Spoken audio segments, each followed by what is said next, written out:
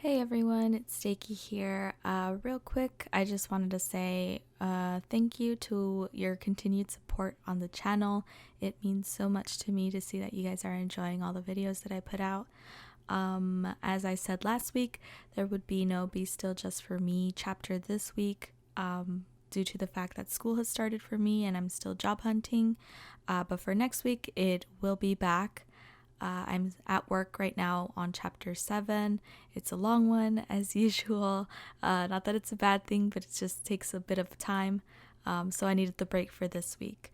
But this story is by EyeRinnie. I will leave her link to the story on AO3.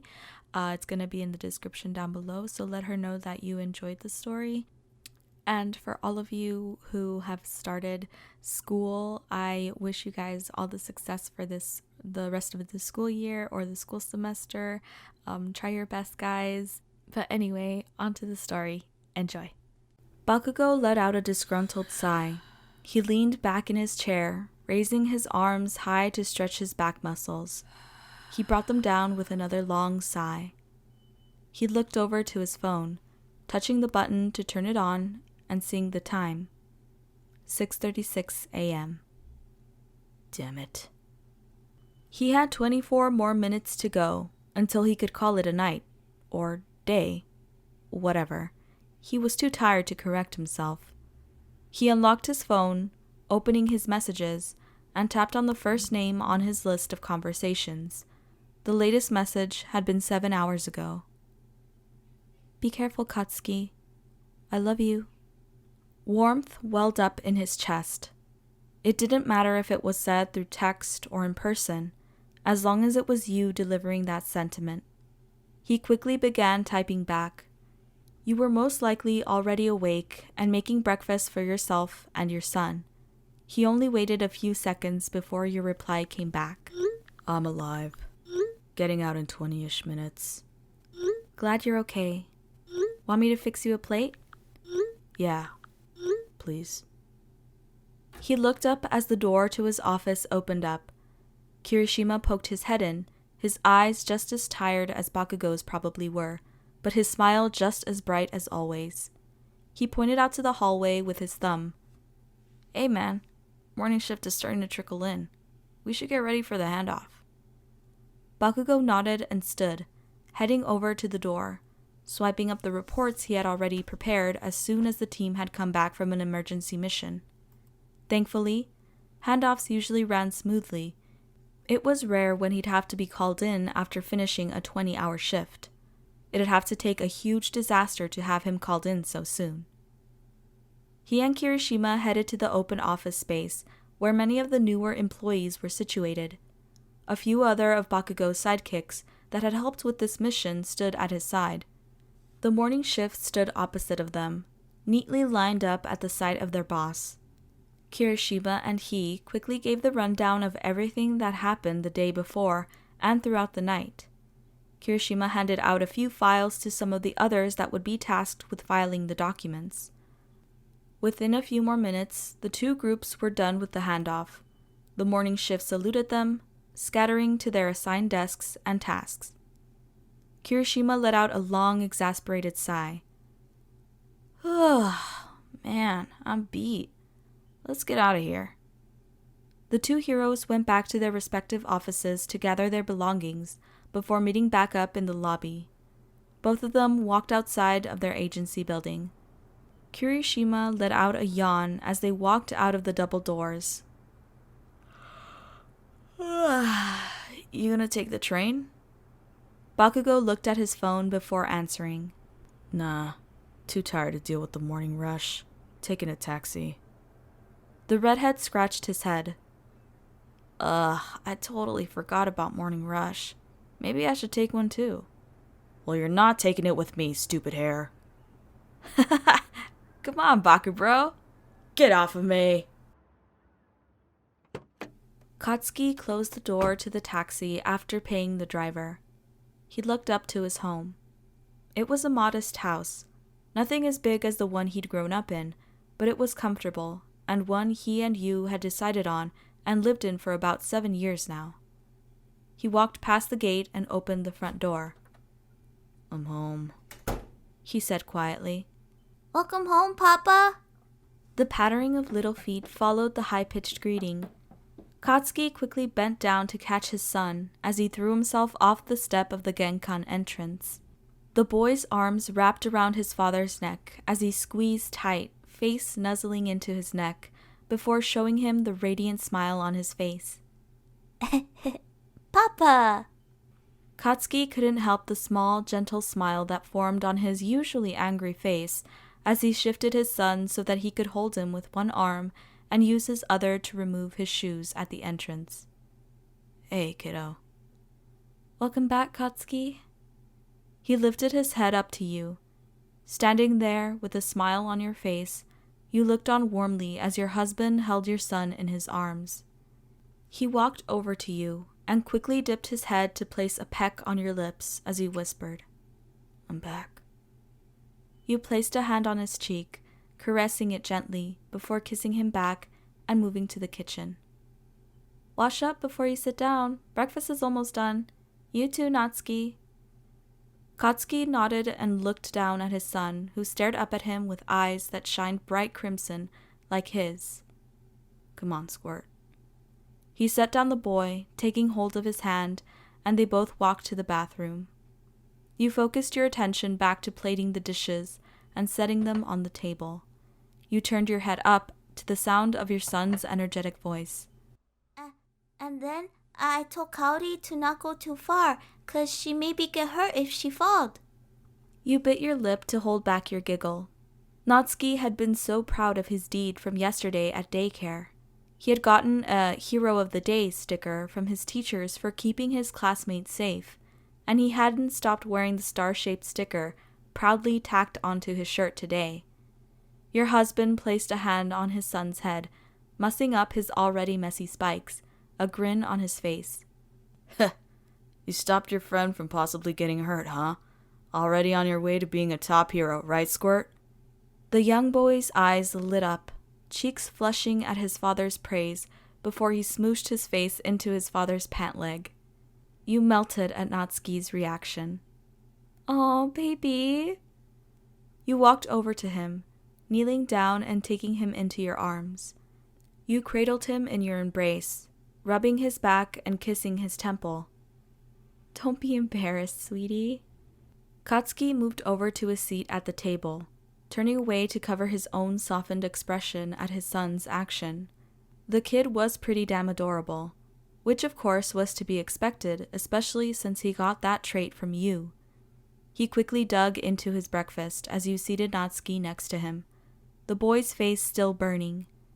The three of you ate, with most of the conversation coming from Natsuki as his father inquired more about his day at daycare yesterday. Soon the plates were taken and being washed by your husband, while you were upstairs in Natsuki's bedroom, putting together an overnight bag. Natsuki himself was jumping around the room, excitement radiating from the child. "Mama, can I take Red Riot?" "Sure, baby. Just don't forget him over there. You forgot your Deku action figure last time." He nodded eagerly. I won't forget this time, Mama. I promise." You continued getting together his items into the bag. Katsuki looked into the room, leaning his body onto the doorframe. "Are they going to be keeping him all of tomorrow, too?" You turned your eyes to him for a moment before continuing, but responding, "Only up to midday tomorrow." Natsuki bounded over to his father. "Grandma said that we're gonna go to the, aquarium." His father's large hand ruffled his hair. "Aquarium," he gently corrected. The boy grinned. "Yeah, the aquarium." You giggled at his mispronunciation, lifting up the bag and walking over to Katsuki. "I was going to ask if you wanted to come along, but you're probably still pretty tired, right?" "Yeah, sorry," he muttered softly. You shook your head, brushing off his apology. No, babe. No need to apologize. Go to bed. I'll see you when I get back." Natsuki's crimson eyes looked up to his father worriedly. He softly tugged at his pant leg. When his father looked down at him, he lifted his arms up to him, the universal sign of pick me up. Katsuki didn't question it and took him into his arms only to be surprised by the small hand that pet his head and the sweet words from the boy. Sleep, Papa. You did good. What did he do to deserve this kid? That was all Katsuki could think as he shut his eyes and touched his forehead to the boy's. Thanks, kiddo. He said it so softly you almost didn't catch it. You hadn't known it was possible to fall deeper in love with your husband nor your child, but it happened at that moment. With Natsuki still in his arms, both you and Katsuki walked down to the front door. Your husband handed off the boy to you as you gave him a quick kiss goodbye. Natsuki waved to his father as you strapped him into the back seat of your car, and soon the both of you were off to Mitsuki and Masaru's home. That damn idiot son doesn't even take a moment to say hello to his parents, Mitsuki muttered, annoyed. Masaru gave her a wry smile, bringing his arm to her opposite shoulder and holding her in a side hug. Now, dear. He's a busy man, you know that. You bowed your head apologetically to your mother-in-law. I'm sorry, Mitsuki. I'm the one who told him to stay behind and rest. He worked a 20-hour shift due to an emergency. Mitsuki gave you an embarrassed chuckle as she waved away your apology. Oh, no. It's not your fault at all, sweetie. I didn't mean it like that. Papa was really tired, Grandma, so I told him to go to sleep, came the voice of Natsuki, who was tugging at the pant leg of his grandfather. Masaru smiled down at the small boy and lifted him up into his arms. Mitsuki looked over at Natsuki and sent him a gentle smile, her eyes softening before patting his head. I see. Thanks for looking after him, Natsu. The boy grinned widely and saluted his grandmother. You chuckled, before lifting up the overnight bag you had packed. Well, here's all of Natsuki's things. I hope I didn't forget anything. Mitsuki took hold of the strap of the bag. That's okay. We do have a few of his things here anyway in case there is something missing. You nodded and stepped up to Natsuki, still held firmly in Masaru's arms. Okay, Natsu. Be good for Grandma and Grandpa, okay? You gave him a quick peck on the cheek and he reciprocated the gesture, bringing his tiny arms up for a quick hug around your neck. I will, Mama. You went in and gave a hug to Masaru and to Mitsuki before you headed out the front door, Mitsuki seeing you out to your car. We'll call you if anything comes up. Thanks. Oh, and send some photos of your trip to the aquarium. Your mother-in-law grinned. I'm gonna flood your messages with them. You just laughed and entered the car. With a quick wave to her, you headed back home. Arriving back at your house, you carefully closed the front door. Quietly, you whispered, I'm home, so as not to wake your husband in the event that he decided to sleep on the couch. You toed off your shoes, placing your car keys in the entrance bowl. As you turned the corner, you dipped your head into the living room to see if Katsuki was on the couch. Seeing that it was empty, you made your way up the stairs, being as quiet as you possibly could. The door to your shared bedroom was halfway open. Peeking in, you saw your husband laying on his side, facing the middle of the bed. You walked into the room. Seeing his relaxed face made you reflexively smile as you shed the thin cardigan you had on. Slowly, you placed it back onto its hanger in the closet before climbing into bed. The movement caused Katsuki to breathe in deeply, his eyes blinking lazily, not yet fully open. Sorry, you whispered soothingly to him. Go back to sleep, babe. He groaned a bit before relaxing a little at your voice. He lifted his arm in a clear sign of him inviting you into his space. You could feel your cheeks heat up a bit. Your husband was so cute sometimes. You quickly turned your back to him and slid yourself back until you were pressed up against his chest. His arm came down around your waist, his hand finding its place against your stomach where he began to gently stroke small circles on with his thumb. How are they? Katsuki's gravelly tone asked. They're doing great. They miss you, though. You felt him let out a of acknowledgement. You closed your eyes, your hand finding Katsuki's and intertwining with it. Mitsuki didn't say it out loud, but she's worried about you. He let out a long sigh. She doesn't have to. I'm friggin' awesome. You giggled. I know that, babe. But she's still your mom. Of course she's gonna worry. If you get a bit of extra time off work, you should drop by sometime. Tell her how you're doing face to face. Both she and your dad would appreciate it. He didn't say anything for a while before dipping his head down a bit to kiss the crown of your head.